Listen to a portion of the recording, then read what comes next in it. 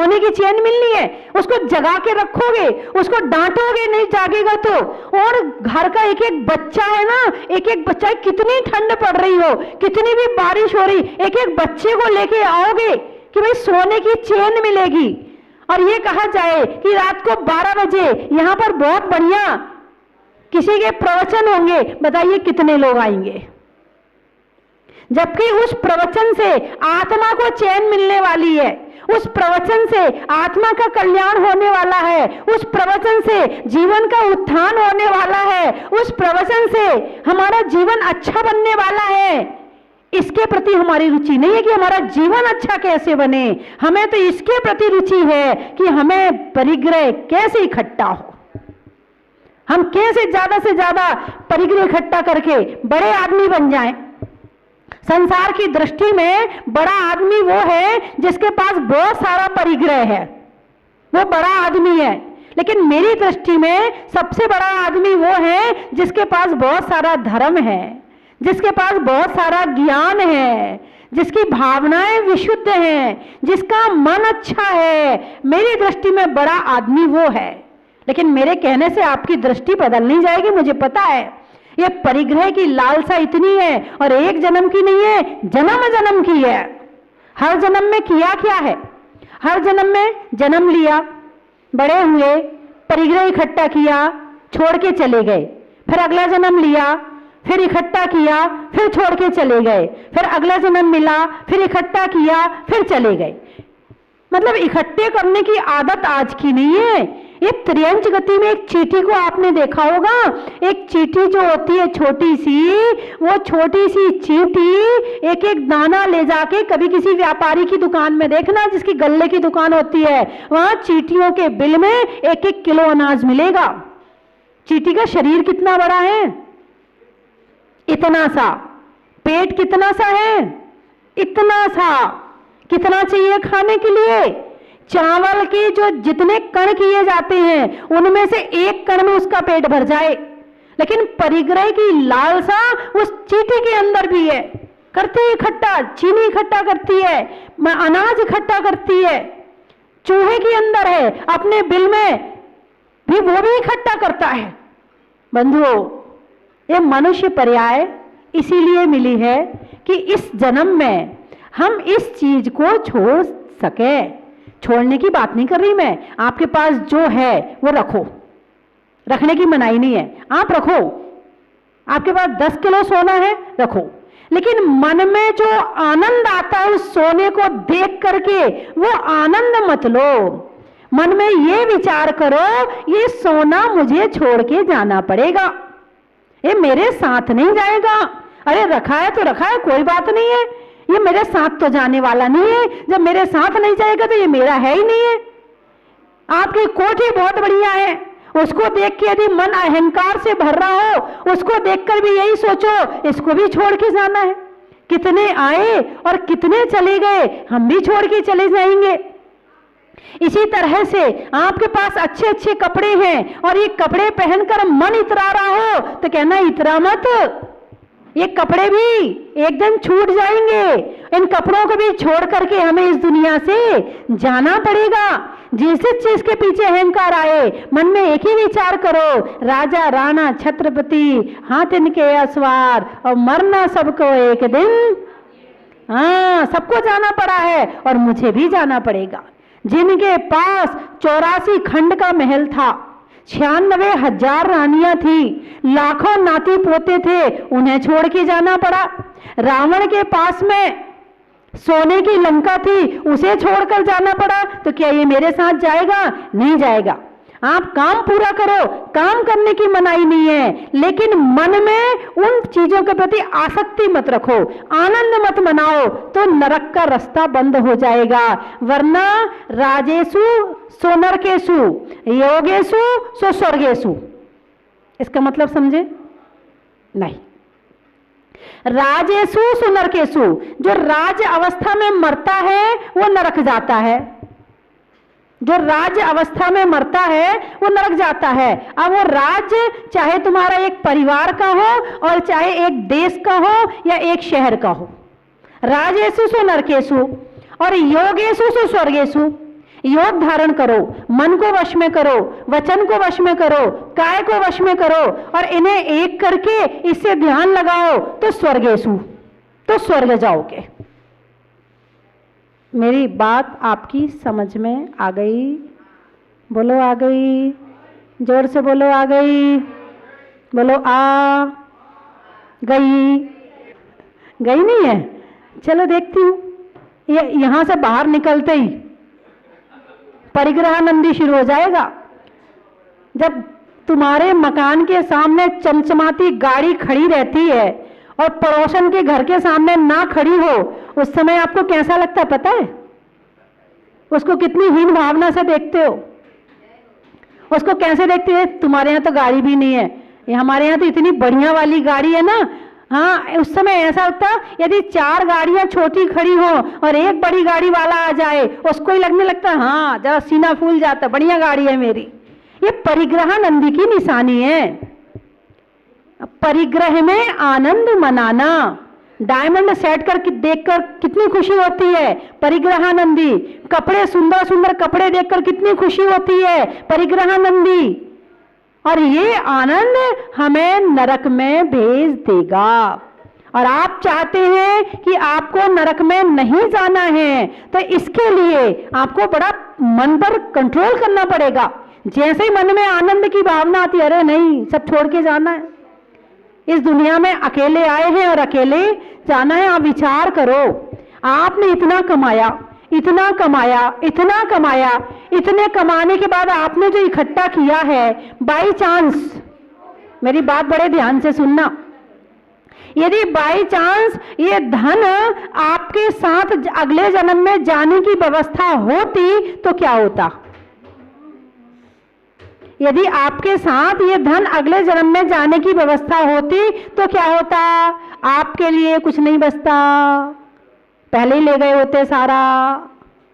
बात समझ आई कि नहीं आई है? तुम्हारे लिए कुछ भी बचने वाला नहीं था। ये तो बड़ी अच्छी प्रकृति की व्यवस्था है। आदमी आता है तो अकेले आता है और जाता है तो अकेले जाता है, ना कुछ साथ लाता है और ना कुछ साथ में लेके जाता है। यदि साथ में ले जाने की परंपरा होती तो मुझे लगता है एक ही आदमी सारा इकट्ठा कर लेता, दूसरे के लिए बचने ही नहीं देता।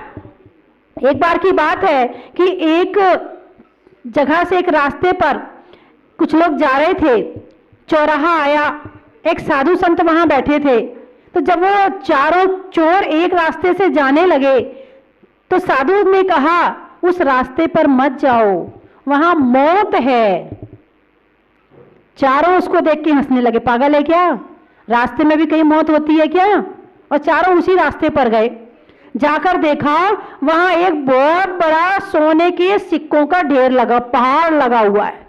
चारों खुश हो गए, अरे अच्छा हुआ हमने उस साधु की बात नहीं मानी, और नहीं तो क्या होता, हमें ये सोना मिलने वाला नहीं था। अच्छा हुआ हमने उस साधु की बात नहीं मानी। अब वो चारों ने विचार किया, चलो अपन बंटवारा कर लेते हैं, सारा जो ढेर है इसका 4 हिस्से कर लेते हैं, चारों का बंटवारा कर लेते हैं। अब बोले अब तो ये मिल ही गया, ऐसा करते पहले खाना वाना खा लेते हैं। तो ऐसा एक ने दूसरे से कहा, भैया 2 जनों तो पहले खाना लेके आओ, पहले खाना खाएंगे, फिर अपन जब तक मैं काम थोड़ा बहुत निपटाता हूँ तब तक तुम खाना ले आओ, खाना वाना खा के फिर अच्छा पूरा निपटारा करेंगे। और जो जितना ज्यादा इकट्ठा कर लेता है बिना चाहे, उसके दुश्मन अपने आप पैदा हो जाते हैं। परिग्रह इकट्ठा कर लो, तुम्हारे एक भी दुश्मन नहीं थे। गरीबों के दुश्मन कम होते हैं, अमीरों के दुश्मन ज्यादा होते हैं। होते कि नहीं होते हैं? जबकि बेचारा किसी से कुछ कहता नहीं, लेता नहीं, देता नहीं, फिर भी बिना फालतू के दुश्मन बन जाते हैं। और गरीबों के दुश्मन कम मिलेंगे क्योंकि उसके पास कुछ है ही नहीं है। यानी दुश्मन भी बनते हैं तो परिग्रह के कारण से बनते हैं। तो बंधुओं, ये परिग्रह यदि है तो उसका सदुपयोग करो, है तो उसका सदुपयोग करो, और नहीं है तो संतोष रखो। है तो आनंद मत मनाओ, भगवान से प्रार्थना करो, भगवान इसका सदुपयोग कैसे करूं। और नहीं है तो प्रार्थना करो, भगवान जिनवर इतना दीजिए जामे कुटुंब समाए, और मैं भी भूखा ना रहूं, साधु ना भूखा जाए। इसमें अपने साथ साथ साधु की बात करी है। अकेले मत खाना, आहार दान देके ही खाना। इतना ही चाहिए भगवान कि मैं खा लूं और हमारे यहां जो साधु संत आए हैं उनको दे दूं, कम से कम वो भूखे ना रहे।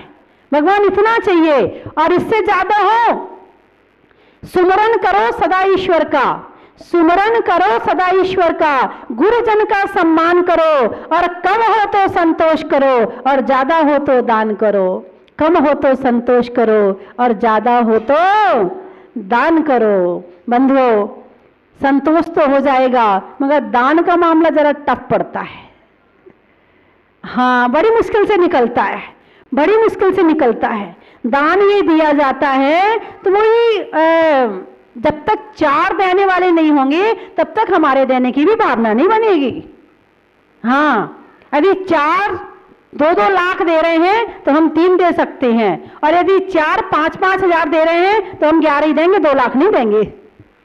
दे सकते हैं मगर देंगे नहीं, क्योंकि यहां कंपटीशन नहीं है। क्या ये दान है?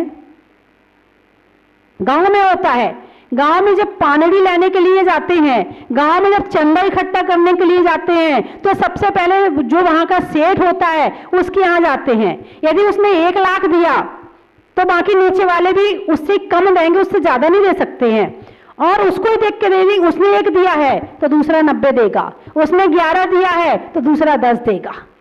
और पहले जब वो देने वाले होते हैं ना, हाँ, पहले वो देते नहीं कि भाई साहब मेरे इतने लिख लो, ऐसा नहीं देते हैं। जरा रजिस्टर दिखाना, हाँ रजिस्टर ले, जरा उसने इतने दिए, उसने इतने दिए, चल मेरे भी इतने ले जा। ऐसी करते कि नहीं करते हो? हैं, इसको दान कहते हैं क्या? हैं, दान देना मतलब उपकार की भावना से देना।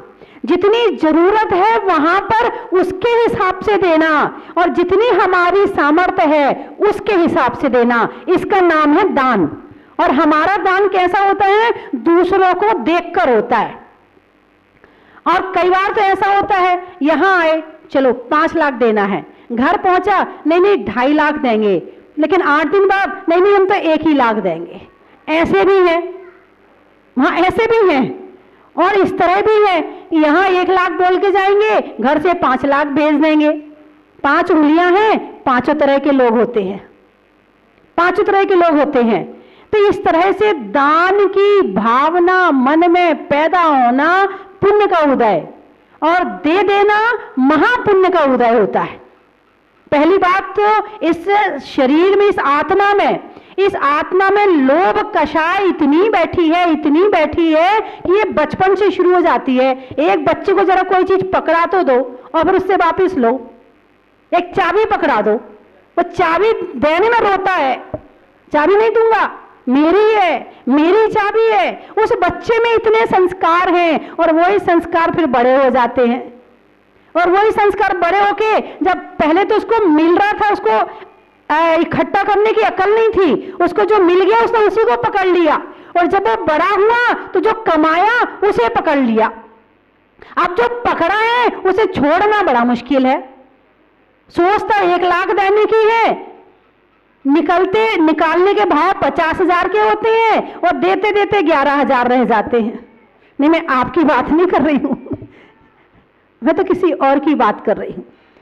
बंधुआ, कहने का मतलब ये है कि परिग्रह के प्रति इतनी आसक्ति है, इतनी आसक्ति है, इतनी आसक्ति है, प्राण जाए पर धन ना जाए, प्राण जाए पर धन ना जाए। 10 प्राणों में 1 प्राण धन को भी कहा 11वां प्राण। हाँ, कई बार ऐसा होता है कि आदमी प्राण दे देता है मगर पास में जो धन होता है वो नहीं देता है। भाई तू मेरी जान ले ले मगर धन नहीं दे सकता मैं। बहुत से लोग होते हैं ऐसे, और खिलाने के मामले में भी बड़ी मुश्किल से भावना बनती है। जो ना खाए ना खिलाए उसका नाम है महाकंजूस। मेरी बात को ध्यान से सुनना। आप कौन है? मैं थर्मामीटर दे रही लगाने के लिए, आप लगा के देख लेना। जो ना खाए ना खिलाए वो महाकंजूस, जो खाए लेकिन खिलाए ना वो कंजूस, जो खाए भी और खिलाए भी वो दाता। और जो खाए ना मगर खिला दे उसका नाम है उदार। बहुत बड़ा दिल होता है उसका। मैं चाहे कष्ट सहन कर लूंगा मगर तुम्हें कष्ट सहन नहीं करने दूंगा। मैं भूखा रहूंगा मगर तुम्हें भूखा नहीं रहने दूंगा। इसका नाम है उदार। याद हुआ नहीं हुआ? फिर से बता दूं, जो ना खाए ना खिलाए, ना पहने ना पहनने दे, ना घूमे ना घूमने दे, उसका नाम है महाकंजूस। और जो खाए मगर खिलाए ना, वो कंजूस। जो खिलाए भी और खाए भी, उसका नाम है दाता। और जो खाए ना मगर खिलाए, इसका नाम है उदार। अब आप मैं आपको कहने दी कि आप कौन हैं, मगर आप थर्मामीटर लगा के देख लें कि आप कौन हैं। यदि पहले के समय में धर्म पत्नी अपने पति से कहती थी, देखो जी आप मंदिर जा रहे हो, वहां कोई अतिथि मिल जाए उनको ले आना, उनको भोजन करा के ही हम भोजन करेंगे। और आज के समय में पति किसी दो आदमी को ले आए तो वो गुस्सा करते हैं उसके ऊपर, क्या है रोज रोज ले आते हो, किस किस को ले आते हो, मैं कहां तक खाना बनाऊं, किस किस का खाना बनाऊं। आजकल की पत्नी को खाना बनाने में जोर पड़ता है, खिलाने की तो बात दूर की है, खिलाने के भाव तो है ही नहीं है, खाना बनाने में जोर पड़ता है, चौका लगाने में जोर पड़ता है। कौन लगाए चौका, इतनी मेहनत पड़ेगी, मैं तो उसी के यहां जाके दे आऊंगी, उसके यहां चौका लग रहा ना उसी के यहां दे आऊंगी, खुद नहीं लगाना चाहेगी। अरे ऐसी खिलाने की भावना पैदा होना महान पुण्य का उदय मानना, पुण्य का उदय भी, और जब करोगे ऐसा काम तो पुण्य का बंध भी। नहीं तो ऐसे तो दुनिया भर में अनेक करोड़पति, अनेक लखपति, अनेक हजारपति हैं, मगर वो धन सदुपयोग हो जाए उसका, ये बड़ा मुश्किल है।